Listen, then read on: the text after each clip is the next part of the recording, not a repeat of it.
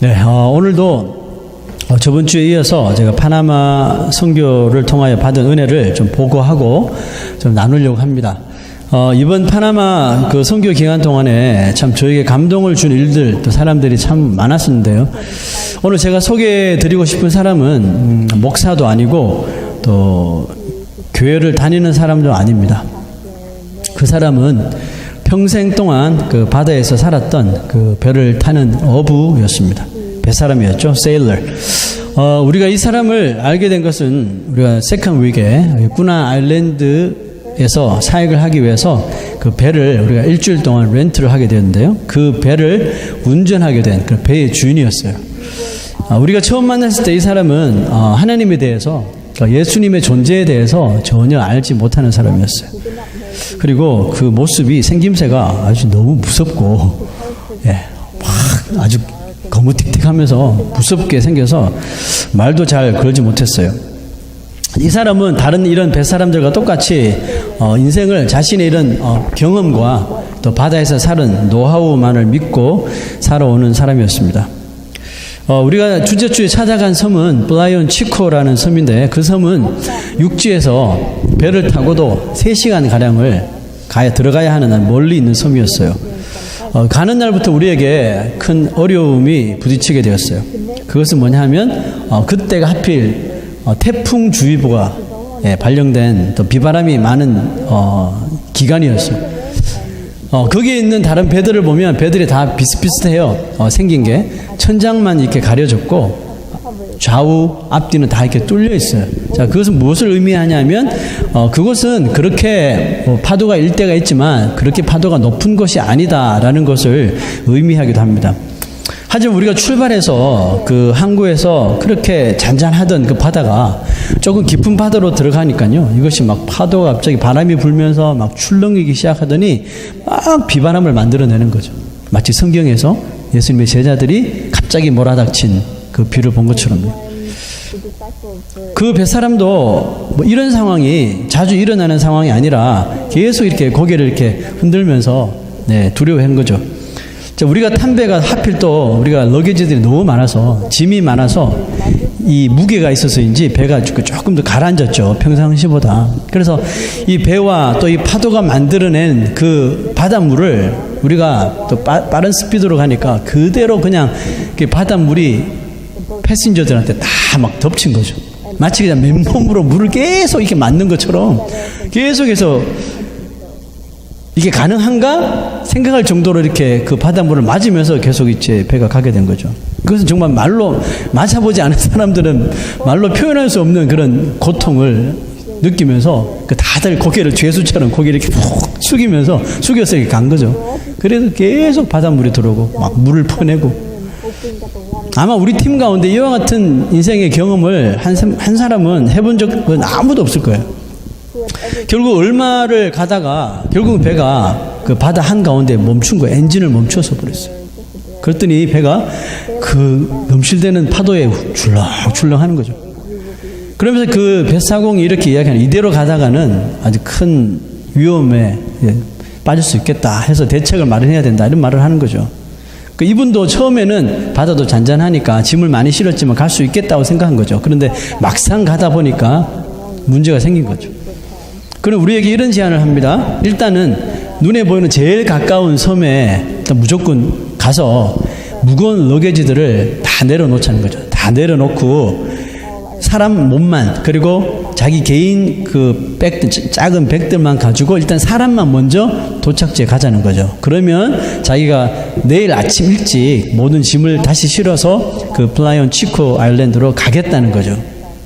그 당시에는 우리가 별로 이렇게 초이스가 없었어요. 그래서 그 사람의 말을 믿을 수밖에 없는 거죠. 그래서 한 번도 가본 적이 없는, 우리가 선교하러 갈 섬도 아닌데 그냥 그 근처 섬에 도착해서 알지도 못하는 사람 집에 모든 짐들을 다 내려놓은 거야. 악기까지 다 내려놓고 우리는 오직 그 사람 한 사람만 신뢰한다는 그런 마음으로 다시 짐을 다 내려놓고 그 목적지 섬으로 가게 되었어요. 우리를 그렇게 목적지 섬에 내려준 배는 그렇게 홀로 떠나게 되었어요.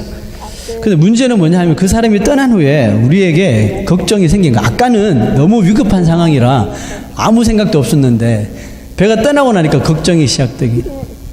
아니 우리가 저 사람을 어떻게 믿고 그런 결정을 했지? 그러고 보니까 그 사람과 컨택을 할 수 있는 뭐 전화도 없고 연락처도 없는 거예요. 무작정 기다리는 수밖에 없었어요. 그 다음날 아침 일찍 오겠다는 사람이 아침이 다 지나고 점심이 됐는데도 오지 않는 거죠. 그러면서 이제 우리의 걱정은 어떻게 돼요? 더 큰 걱정, 더 큰 불안감으로 바꿔지기 시작합니다. 사에게 필요한 모든 짐을 다 내려놓고 오는 바람에 우리가 그냥 맨몸으로 할 수 있는 것이 솔직히 아무것도 없었어요. 자꾸 이상한 생각이 들고 불안해지기 시작합니다. 혹시 그 사람이 우리를 속이고 모든 짐을 가로채서 팔아버린 거 아닌가? 가만 생각해보니까 제 악기도 놔두고 왔거든요. 비싼 악기인데. 이 걱정이 막 앞서면서 이러다가 우리의 이 세컨 윅 사역이 엉망진창이 되는 게 아닌가 이렇게 걱정을 하니까요. 이 걱정과 염려가 결국은 멈추지 않으니까 더 큰 불안을 우리에게 주는 거예요. 이러다간 귀한 하루를 완전히 망칠 것 같아서 우리는 목사님들과 모여서 회의를 합니다. 대책 회의를 열고 일단은 무조건 나가자. 거리로 나가서 전도를 하자는 거예요. 전도를 하고 아이들을 데리고 와서 뭘 하든지 하자는 거죠. 방에 앉아 있으니까 자꾸 걱정과 염려만 하니까요. 그 나간 거예요. 나가서 그냥 그 집에 있었던 그 냄비 뚜껑 2개 들고 와서 막 냄비 뚜껑을 심벌지처럼 막 치면서 교회로 오라고 솔로 헤수스 그러면서 오직 예수 그러면서 막 냄비 뚜껑을 치니까 어디서 나타난지 아이들이 하나둘씩 막 모이기 시작하는 거예요. 걱정이 됐지만 그 아이들이 막 보이니까 또 기분이 또 괜찮더라고요. 그래서 열심히 그렇게 광고를 합니다. 교회 집회가 있으니까 교회로 모이라고 막 큰 소리로 막 광고를 하죠. 열심히 광고를 할 때는 잊고 있었는데 막상 우리가 교회로 가면 악기도 없고 또 이 랩탑을 가져갔었는데 여기에 연결할 앰프도 없고 음악도 없고 악기도 없고 아무것도 없잖아요. 그 사람들은 전해줄 선물도 없고 크래프트도 없고 정말 눈앞이 캄캄해지더라고요. 근데 그렇게 열심히 우리가 떠드는 사이, 광고하는 사이에 아이들이 막 더 많아진 거죠. 중간에 포기할 수도 없고. 그래서 아이들 다 데리고 교회를 간 거예요. 교회를 가서 그냥 맨몸으로 우리가 할 수 있는 것을 다 한 거예요. 그냥 음악은 없지만 막 그냥 아는 노래 부르면서 막도 치면서 막 춤추면서 정말 시간 가는 줄 모르고 막 어지러움증이 올 때까지 열심히 그 아이들과 찬양을 부르고 또 크래프트를 하고 말씀을 전했어요. 그렇게 아이들 사역이 끝나고 아이들을 다 돌려보내고 정말 지친 몸으로 이제 교회 옆에 있는 우리 숙소로 돌아왔어요. 돌아오는데 누군가 갑자기 소리를 꽉 지르는 거죠. 배다 그러는 거예요. 아니 그 바다에 배가 당연히 있지. 근데 배다 그러는데 순간적으로 우리 짐을 가지고 온 배인지 알고 다 창문에 붙은 거예요. 창문에 붙어서 다 보는데 그 배가 쫙 오더니 그 폴트를 내려야 할 폴트를 지나쳐서 가는 거죠. 다들 실망합니다. 저 배가 아닌가 보다. 다들 실망하고 있는데 그 보트에서 한 사람이 막 손을 막 흔드는 거예요. 이렇게 가만히 보니까 그 무섭게 생긴 그 뱃사람이 우리를 향해서 손을 막 흔드는 거예요. 왜 부두를 지나쳤냐 하면 옮겨야 할 짐이 많기 때문에 또 부두에서 짐을 내리면 또 들고 오기가 힘들어서 우리가 있는 숙소가 있는 줄 알고 그 작은 곳으로 배를 이렇게 다 기가 막히게 가지고 와서 그곳에 파킹을 하기 위해서 그 좁은 곳으로 들어온 거예요. 그러면서 늦게 온 이유가 그곳에 태풍이 또 쳐서 태풍을 피하느라고 늦게 온 것이라고 미안하다고 그러는 거예요. 괜시리 제 마음이 좀 이렇게 울컥해지는 거 있죠. 우리는 그것도 모르고 이 사람 혹시 다 우리 짐 들고 도망가서 팔아먹는 거 아닌가 이런 생각을 했던 것이 참 부끄러워졌어요. 그렇게 두 번째로 우리의 짐을 다 내려준 그 배가 또 떠납니다. 떠나고 그날 저녁 집회 어른들을 다 초청해서 아주 은혜 가운데 집회가 마쳐졌어요. 집회를 마치고 다시 숙소로 돌아왔는데 반가운 손님이 그곳에 앉아 있는 거예요. 누구였을까요? 그 배 주인, 배 사람이 우리 숙소에 앉아 있는 거예요. 분명히 떠났었는데. 근데 이 사람 말 들어보니까 가다가 또 태풍을 만나서 그냥 돌아온 거예요. 돌아오고 또 며칠 동안 계속 여기 같이 있어야 되니까 아예 집에 가지 않고 4일 동안 여기 같이 있겠다는 거예요. 그래서 우리의 동거는 시작된 거죠. 그렇게 4일 동안 우리와 같이 자고 우리와 같이 먹고 하면서 조금씩 이제 그 사람에 대해서 알아가기 시작했어요. 이름도 알게 되고요. 나이도 알게 되었어요. 이름은 에리노 마르티네스라는 이름을 가지고 있을 거예요. 나이는 전 한 50세 정도 봤는데 39세. 그분들은 다 늙어 보이더라고요. 고생을 해서 그런지. 하여튼 39. 저보다 한창 아래죠. 한창은 아니지만 조금 아래. 그 무엇보다도 그 사람이 우리가 만들어준 한국 음식을 너무너무 잘 드시는 거예요. 그래서 한국 음식 먹을 때마다 그 방긋방긋 웃는 그 얼굴을 잊을 수가 없어요. 그리고 우리 팀 가운데 더 특별한 일은 우리는 한국 팀들과 또 스페니시 청년들이 같이 사역을 하잖아요. 그 남미 청년들이 이제 그 뱃사공이 예수를 믿지 않는 뱃사공이 우리가 4일 동안 같이 있으니까 가만히 내버려 둘 리가 없잖아요. 이게 밤낮으로 복음을 전하는 거예요. 아침만 되면 이 사공 불러놓고 테이블에 앉혀놓고 삥 둘러서서 남자 여자 스페니시 남자 여자들이 막 계속해서 복음을 전하는 거죠. 열심히 복음을 전했어요. 그리고 그 사람은 우리와 함께 머물면서 우리가 매일 가는 사역지를 함께 당연히 배를 운전해 주면서 배에서만 있는 것이 아니라 우리 사역을 가까이에서 다 보게 됩니다. 그리고 제가 느낌은 그랬어요. 조금씩 그 사람의 마음이 문이 열리는 것을 보았어요. 우리가 사람이기 때문에 대충 같이 있다 보면 눈빛을 보고 보면 알 수 있잖아요. 저 사람의 마음이 열려있다, 닫혀있다 알 수 있는데 처음보다는 문이 많이 열려진 것 같아요. 아마도 제가 한국 음식을 너무 맛있게 만들어줘서 그랬나 봐요. 자, 시간은 흘러 이제 우리가 마지막 그 아일랜드를 방문하게 되었어요. 근데 그곳에는 다른 섬과는 달리 다른 섬은 가면 물론 꾸나 아일랜드에는 꾸나 랭귀지라고 하는 독특한 방언이 있어요. 그래서 그곳에 사는 1세대들은 거진 다 꾸나 언어만 합니다. 스페니쉬를 몰라요. 그런데 학교에서 스페인어를 배운 청년들, 청소년들까지는 이제 알아요. 근데 또 작은 아이들은 너무 어려서 꾸나 언어만 알고 스페니쉬를 몰라요. 그런데 그 섬에 다른 섬에는 이 두 가지 언어가 가능했는데 이 섬만큼은 BBS를 하기 위해서 아이들을 초청했는데 아이들이 스페니쉬를 전혀 모르는 거예요. 스페니쉬를 말하면 못 알아듣고 그러는 거죠. 그래서 우리가 좀 되게 난색했습니다. 당황했죠. 스페인 청년들이 우리가 함께 항상 같이 있었기 때문에 어디를 가도 언어 문제는 우리가 없었는데 그 섬에서 문제가 발생한 거예요. 이 스페니쉬 청년들도 꾸나 언어를 전혀 모르는 거죠. 당황해하던 그때에 놀라운 일이 벌어집니다. 누가 부탁하지도 않았는데 그 뱃사공이 그 스페니쉬를 듣고 꾸나 언어로 막 통역을 해주는 거예요.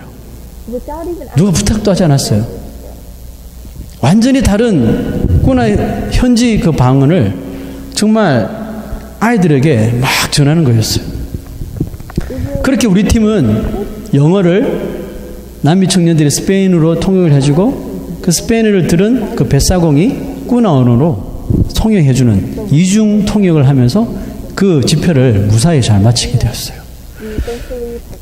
그 뱃사공은 관광객들이 들어오면 조금씩 이 꾸나 언어로 통역을 해줄 정도였는데 이렇게 자기가 전문적으로 이 통역을 해본 적은 한 번도 없다고 하죠. 더군다나 하나님의 말씀을 전하는 이 통역을 해본 적은 정말 한 번도 없었대요. 처음이라고 했어요. 그런데 그 모습을 바라보면서 제 눈이 마치 예수님이 부르셨던 예수님의 제자 그 어부들이 생각나기 시작하는 거예요. 예수님의 부르심에 그물과 배를 버려두고 예수님을 따라갔던 그 제자들 베드로, 안드레, 야고보, 요한 그 제자들이 생각나면서 어쩌면 하나님께서 저 사람을 베드로처럼 사용하고 계시는 듯 보였어요. 그래서 갑자기 생각난 것은 만약에 그 첫째 날 우리 처음 만났을 때 우리 짐이 너무 많아서 우리를 태워주지 않았다면 어떻게 되었을까 하는 생각도 들렸어요. 그 뱃사공을 향한 하나님의 계획이 그 섭리가 있었음이 막 느껴지는 것이죠. 집회가 다 끝나고 그 사람도 통역이 끝나고 제가 그 사람을 일부러 찾아갔어요. 찾아가서 성경에 나오는 예수님의 제자들 이야기를 해주었어요. 그들이 고기 잡는 사람들이었지만 예수님의 말을 듣고 이제는 고기가 아니고 사람을 낚는 어부가 되려고 예수님의 제자가 되어서 복음을 전하는 사람들이 되었다고 말해 주었어요.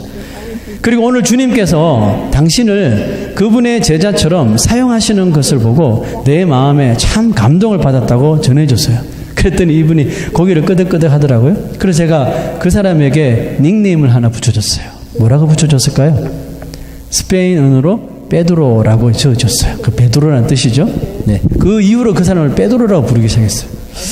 그 사람도 자신이 그런 일을 하게 될 줄은 아마 꿈에도 몰랐었다고 말했습니다. 처음에는 내가 할 수 있을까 하다가 막 하다 보니까 막 된 거예요, 이 사람도. 그런 말을 들으니까 순간 막 거룩한 분위기가 막 이렇게 저희 주위를 감싸는 것을 경험할 수가 있었어요.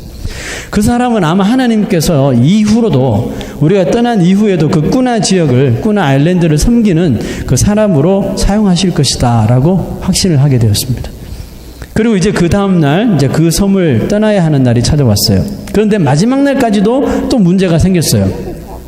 새벽부터 그곳에 막 태풍이 밀려와서 밤새도록 막 던더가 치고 비바람이 막 몰아치기 시작한 거죠.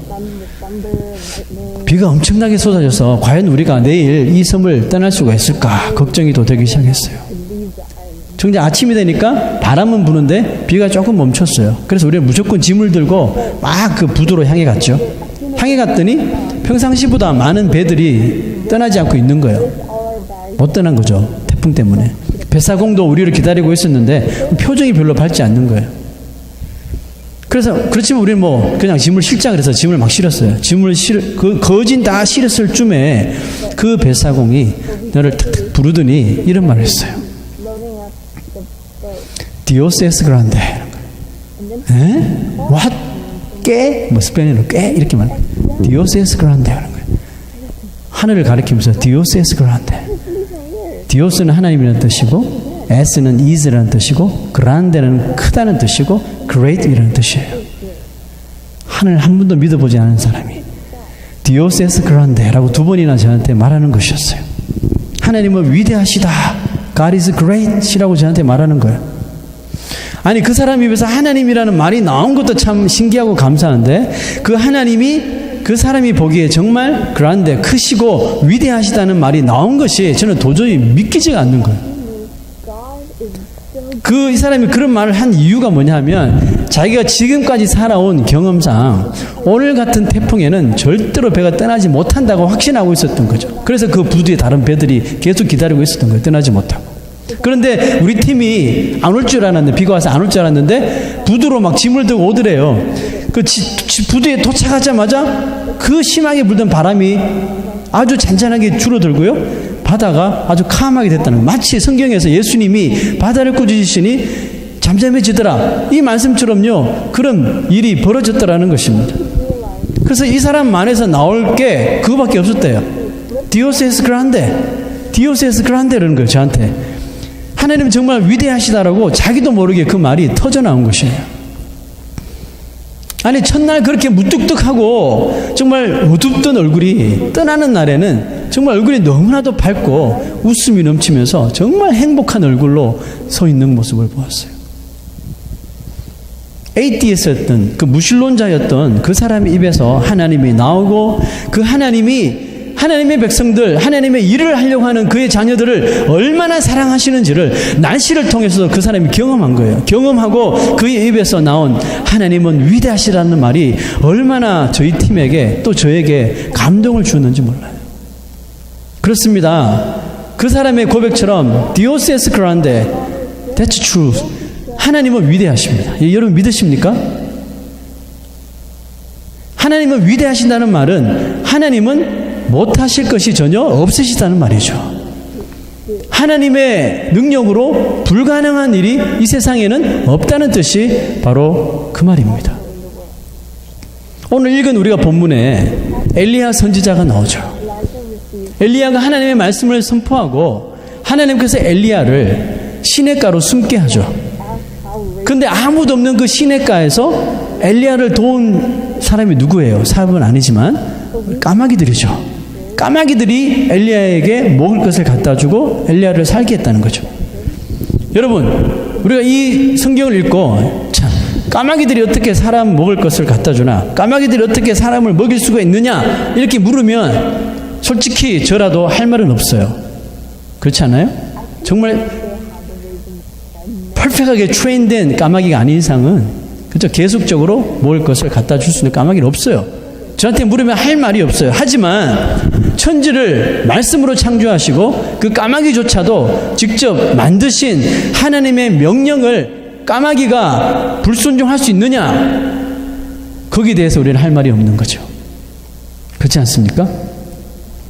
저는 하나님을 지칭하는 그 많은 프로나운스 대명사 중에 뭐 은혜의 하나님, 뭐 사랑의 하나님, 우리 기도할 때 많이 하시잖아요. 전능하신 하나님, 위대하신 많은 그 하나님을 지칭하는 대명사 가운데 제가 가장 즐겨하고 가장 좋아하는 그 대명사는 뭐냐 하면 God is good, 좋으신 하나님입니다.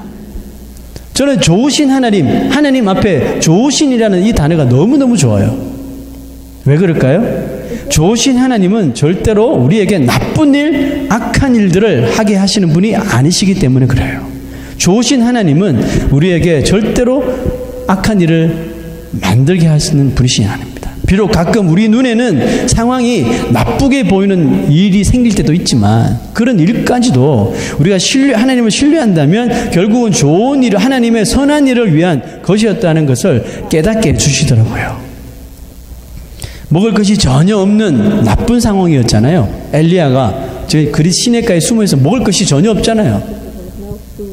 먹을 것이 전혀 없는 나쁜 상황이었지만 하나님의 말씀을 엘리야가 트러스트했단 말이죠. 자, 성경 한번 볼까요? 무엇을 트러스팅했습니까? verse 4 봅시다. verse 4 여기는 없어요. 성경 찾아보세요. verse 4 You will drink from the brook, and I have ordered the ravens to feed you there. 그 시냇물을 마시라. 내가 까마귀들에게 명령하여 거기서 너를 먹이게 하리라. 이게 하나님께서 엘리야에게 하신 말씀이거든요. 그러면 엘리야가 신뢰한 것이 바로 이 하나님의 말씀이에요. 까마귀가 찾아와서 너를 먹여줄 거다. 이해하셨습니까, 여러분? Do you understand?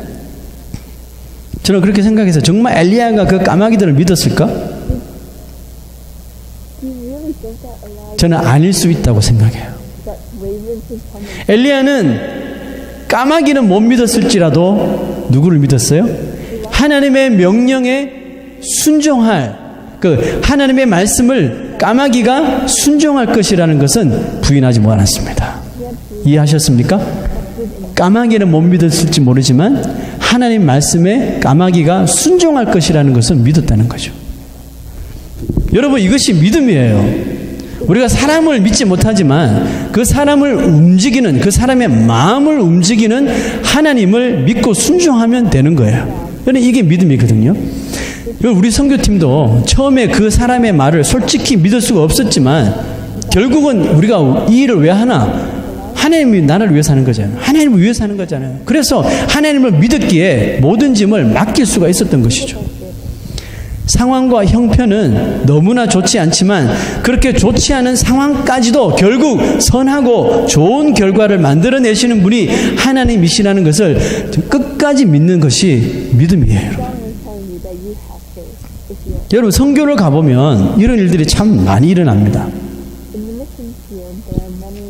선교 가보면 상황이 너무너무 열악해요.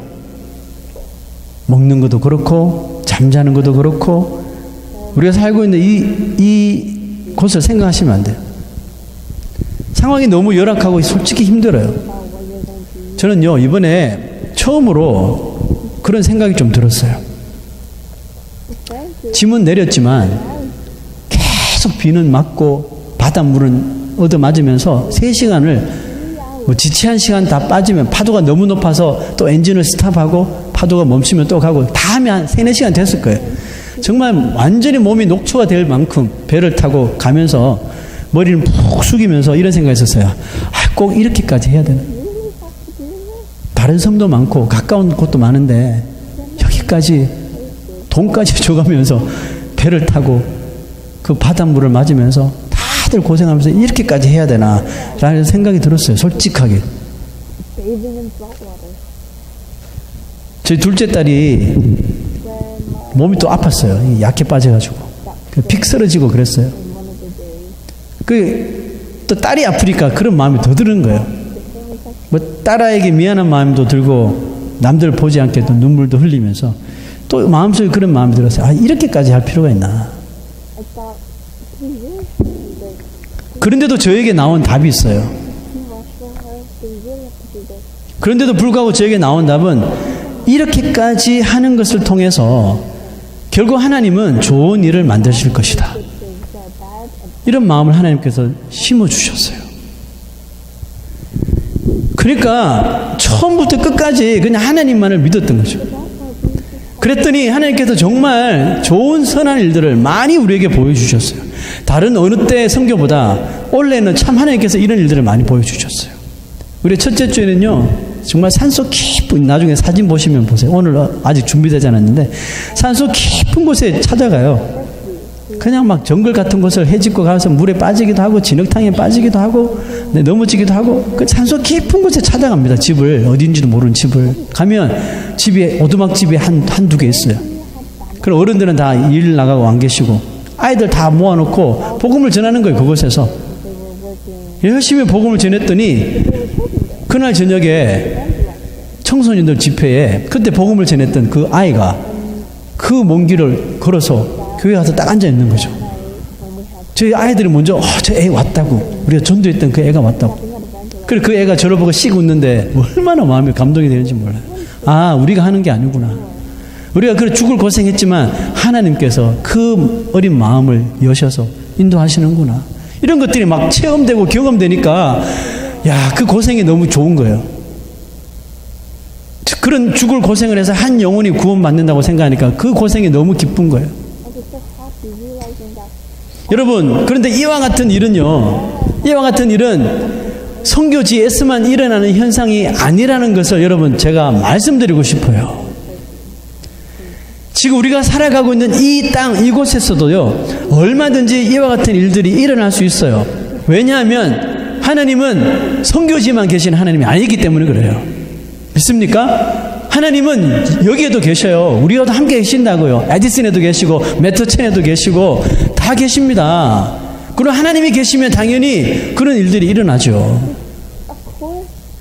그런데 왜 우리는 그런 일들이, 그런 은혜스러운 일들이, 그런 은혜의 경험들이 왜 우리가 알고 우리가 살고 있는 이곳에서는 쉽게 일어나지 않을까요? 왜냐하면 우리가 부딪힐 수 있는 이런 어려운 상황들을 미리 알고 피해버리거든요. 피해버리거나 그냥 우리의 능력으로 막아버리기 때문에 그래요. 이해하셨습니까? 고생이 될 것 같으면 아, 우리 앞으로 이런 일을 할 겁니다. 딱 보니까 고생할 거거든요. 아니, 시도조차 안 하는 거예요. 그럼 저는 여기서 열심히 기도할게요. 기도도 좋죠. 고생이 될 것 같으면 솔직히 이 시대에 풍족하고 모든 것을 가진 교회는요, 잘 시도 안 합니다.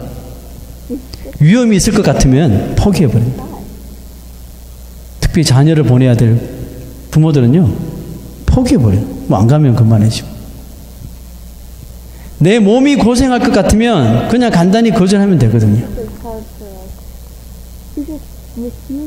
그러니까 여러분, 적어도 그런 선교 지역보다 우리가 살고 있는 이 지역에 이런 믿음이라는 것을, 그런 고생과 고난과 환난을 통해서 발견하는 하나님의 그 은혜를, 그 믿음이라는 것을 시도해 볼 찬스가 훨씬 적어진다는 거죠.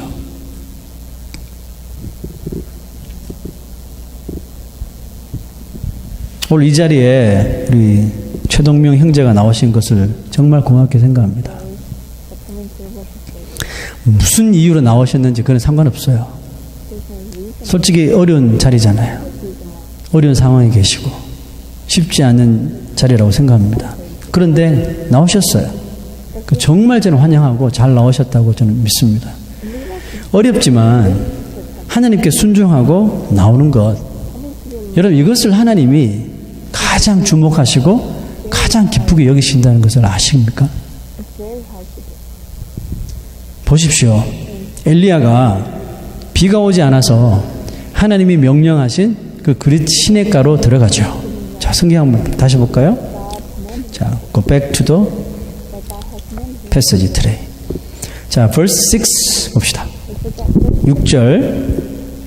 까마귀들이 아침에도 떡과 고기를, 저녁에도 떡과 고기를 가져왔고 그가 시냇물을 마셨으나, 그랬죠? verse 7 봅시다. Sometime later the brook dried up because there had been no rain in the land. 땅에 비가 내리지 아니하므로 얼마 후에 그 시내가 마르니라. 여러분, 사람이 물 안 마시고 살 수 있어요, 없어요? 죽죠? 죽을 상황에 놓였다는 겁니다. 자, 여러분, 이 말씀이 주시는 포인트가 뭐예요? 엘리야가 비가 오지 않아서 하나님이 명령하신 시냇가로 들어갔어요. 거기서 까마귀들이 기적적으로 떡과 고기 갖다 주셔서 먹었어요. 그래서 사람들이 그걸 먹어도 물 못 마시면 죽잖아요, 결국은.